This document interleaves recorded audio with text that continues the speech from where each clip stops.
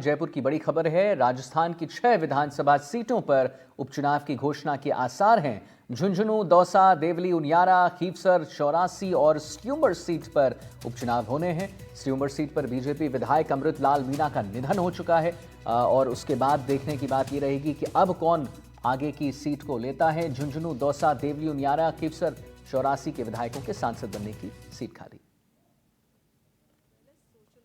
सुखवीर सिंह संधू जी निर्वाचन आयुक्त on my left, आयोग के वरिष्ठ अधिकारीगण और मीडिया के सहकर्मियों, आप सभी का इस प्रेस वार्ता में स्वागत है। 2024 के लोकसभा चुनाव के बाद वो जो पड़ाव निकला, अब दूसरे पड़ाव पर आपसे आज मुलाकात हो रही है। और जैसे मैंने पहले कहा था कि 3 gentleman are yet back again. Lok Sabha चुनाव 2024 जैसे आपको विदित है, विश्व स्तर की सबसे बड़ी चुनावी प्रक्रिया थी। सफलतापूर्वक और शांतिपूर्ण तरीके से संपन्न हुई। उसने पूरे डेमोक्रेटिक वर्ल्ड के लिए बहुत स्ट्रांगली डेमोक्रेटिक सरप्लसेस क्रिएट किए। बिना किसी वायलेंस के पीसफुल हुई और देश भर ने चुनाव का पर्व मनाया। हमने बहुत सारे रिकॉर्ड्स भी बनाए। पहली बार मैक्सिमम वर्ल्ड में पोलिंग हुई, मेल फीमेल टोटल। मतदाताओं की लंबी लंबी कतारें, बुजुर्गों की भागीदारी, youth, zero polls, massive seizures और फेस्टिव माहौल हमने देखा। बहुत सारे युवा साथियों ने हमारे साथ मिलके हमारे इलेक्शन एम्बेसडर्स के रूप में काम किया और लोकतंत्र का एक बिल्कुल जीवित उदाहरण देश ने देखा।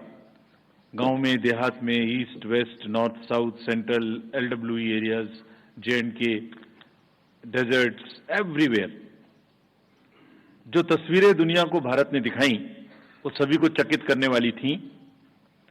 इससे देश में नहीं बल्कि पूरी दुनिया में एक स्ट्रांग मैसेज गया और जो चमक हमने देखी उस समय, वो चमक बहुत दिन तक दिखाई देती रहेगी। जब जब विश्व में चुनाव होंगे, कहीं भी किसी भी देश में हो, आपको निश्चित रूप से अपने चुनावों की तुलनात्मक याद आती रहेगी। ऐसा हमारा विश्वास है और वो हमें अपनी ताकत का एहसास दिलाता रहेगा।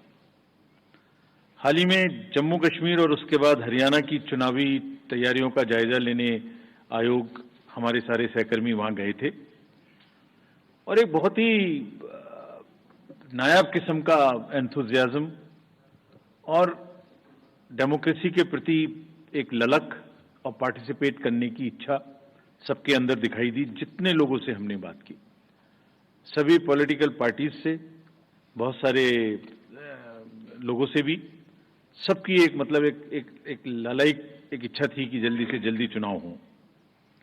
तो हम आपको जो उम्मीद और जो यकीन पैदा हुआ था 2024 का, उसको आगे बढ़ाने के लिए आज आपके सामने है। जम्मू कश्मीर के बारे में पहले जिक्र करूं तो आपको याद है कि मतदान केंद्र पर जो लंबी लंबी कतारें लगी हुई थी, वो जमहूरियत की ताकत का एक बहुत ही बेहतरीन मंजर पेश करती थी। वो सिर्फ लंबी कतारें नहीं थी, वो आवाम की उम्मीदें थी, जज्बातों और उनके मुस्तकबिल की नई तस्वीर लिखने की एक ख्वाहिश थी। Everybody wanted to participate, prove a point that we are here in this queue not only to vote but to demonstrate a very strong desire that democracy flourishes in this area. और उम्मीद और जमहूरियत की ऐसी झलक ये बताती थी कि आवाम तस्वीर बदलना चाहता है और अपनी तकदीर को खुद लिखना चाहता है। और ये कतारें इस बात का सबूत थी कि लोग सिर्फ बदलाव ही नहीं चाहते, बल्कि ये भी चाहते हैं कि उसका हिस्सा बनकर हम खुद से अपनी किस्मत लिखें। This was a purely A triumph of ballot over bullet.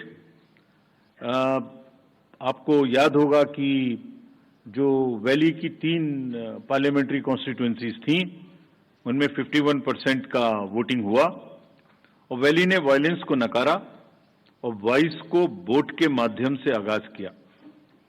Jammu Kashmir के लोगों ने बुलेट और बायकॉट के बदले बैलेट को चुना।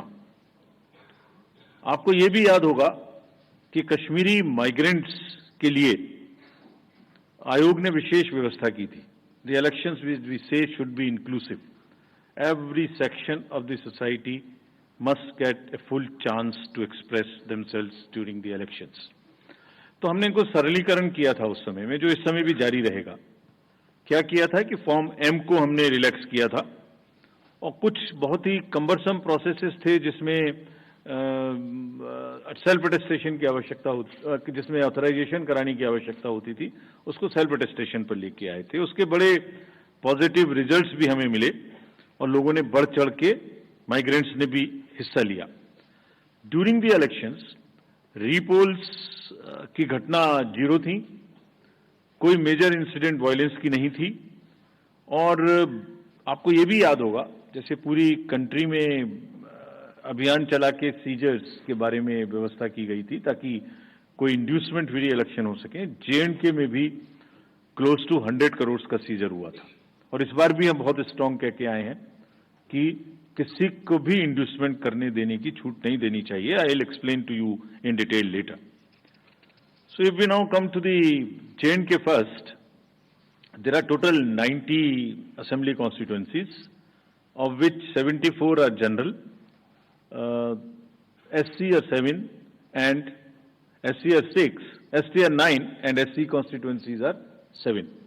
ये डिलिमिटेशन के बाद रिजर्वेशंस जो प्रोवाइड किए गए उनकी कहानी है। अगर इलेक्टर्स के डाटा के बारे में बात करें तो JNK में टोटल 87.09 लाख इलेक्टर्स होंगे, जिसमें लगभग ऑलमोस्ट इक्वल 44.46 लाख मेल और 42.62 लाख फीमेल वोटर्स होंगे। बड़ी अच्छी स्टोरी ये भी है कि जिस तरीके से यूथ ने पिछली बार भाग लिया इलेक्शंस में, इस बार उसके बाद फर्स्ट टाइम वोटर्स भी होंगे अराउंड 3.71 लाख।